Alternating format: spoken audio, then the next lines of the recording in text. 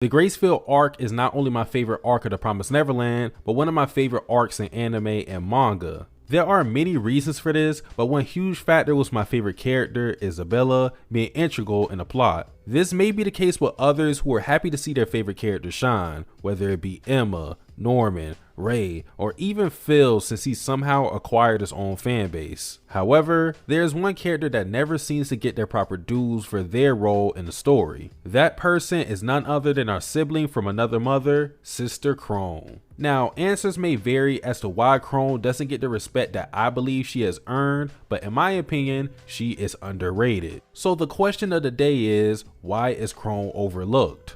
For me, there's a couple of reasons, but I'll narrow it down to 3. Number 1, appearance. As much as you might not believe it, designs play a major factor in how we judge characters. The power of a good or bad design cannot be underestimated. While it's not the end-all be-all, a character's design has sway in how we think about said character because it's their debut. Let's use the series that's equivalent to crack cocaine in Japan as an example, One Piece. When I was reading Whole Cake Island, I vividly remember the fandom getting wet off of Katakuri's first appearance because of his position, but also just because he looked cool. On the other hand, look at Wano and take a guy like Orochi, who also has an important position in his arc, but because he has buck teeth, balding hair, and a George Lopez sized head, the fandom didn't receive him well and still don't to this day. Going back to Krone, because of her design, she too wasn't embraced as much as she could have been. For starters, in comparison to the other characters of The Promised Neverland, Krone looked like a goofy. She had several panels where she made some of the most strange expressions, and while I think it was meant to be intimidating, it came off as comical. Additionally, Krone's features, at least in the manga, didn't sit well with me,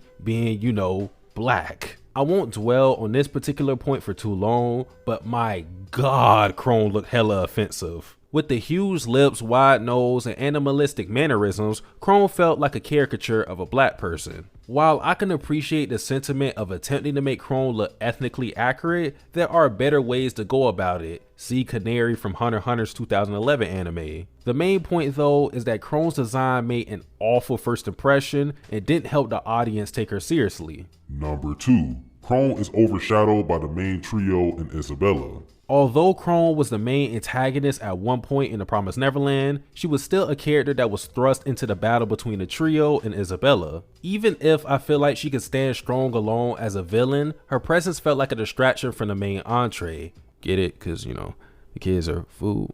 Anyways, which again was a trio versus Isabella. You can even judge by likability. Krone again wasn't going to win the hearts of fans when Emma, Ray, Norman, and Isabella had the benefit of being in the story at the start and had more opportunities to shine overall. Lastly, number 3, Krone didn't win. If you watch my Isabella video, you would know one of my metrics I use to determine a villain's worth is their effectiveness and their goals, and Krone was lacking in that aspect. Krone's mission was to overthrow Isabella, upgrading from a sister to a mother by any means possible, and she horribly failed. What makes it worse though is the manner in which Krone was defeated, because she never really had a chance to win. Just take Isabella for comparison. Even though she failed too, it took a considerable amount of effort to stop Isabella, as opposed to Krone, who came and went like a gust of wind. With that last point, those are the reasons why I think Krone isn't as admired as she should be, so let's talk about why Krone warrants a lot more respect. To put it simply, Krone is the personification of one of the central themes of The Promised Neverland, which is humanity.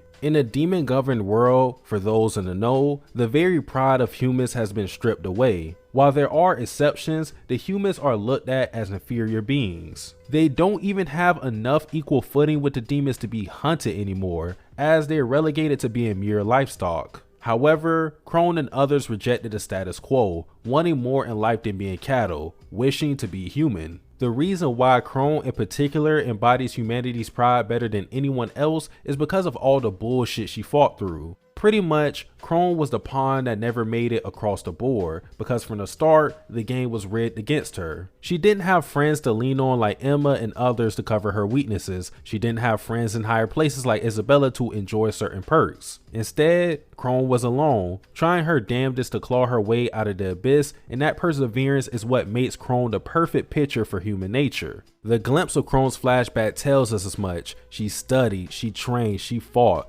all for an opportunity to live past the age of 12. As further proof of Krone's valor, look at her final move before her death. When Isabella gave Krone a letter that was pretty much a covert death sentence, she had zero options to save herself. The only thing left for Krone at that time was to silently march past the Gracefield Gate and give in to her fate. However, something different happened. Krone was supposed to go out with a small whimper, as livestock should, but her last act of defiance came in the form of a small fountain pen. With Krone having no way of saving herself, she opted to give the kids the pen, mainly to dethrone Isabella. This action turned out to be the kids' greatest breakthrough in their journey after their escape. Without that pen, they would have been dead in the water. Even if Krone wasn't going to be there to see it, she struggled with every fiber of her being to pass on the torch of rebellion to kids she didn't even like. I think that type of defiance is a microcosm of human nature. Even when a situation is hopeless, our will can shine bright. Even if it doesn't benefit us, we curse people out of spite. Krone may have lost from the very start, but she made certain that she wouldn't leave without kicking and screaming, and that, ladies and gentlemen, is the most human way to go out. Alright people, that marks the end of this video. Let me know your thoughts on Krone. Where would you put her among your favorite characters of The Promised Neverland, and how did you feel about her as a villain, and do you think she's underrated? But guys, that is it for me. If you enjoyed this video, like, comment, subscribe. Satsuki the Savage, out. Tasting your soul, you're not in control, just giving you goals. Scared of your past, the future is closed. The start is the end is a start. They both are the same, can't tell them apart. Nigga, that's cuz the intro was the outro.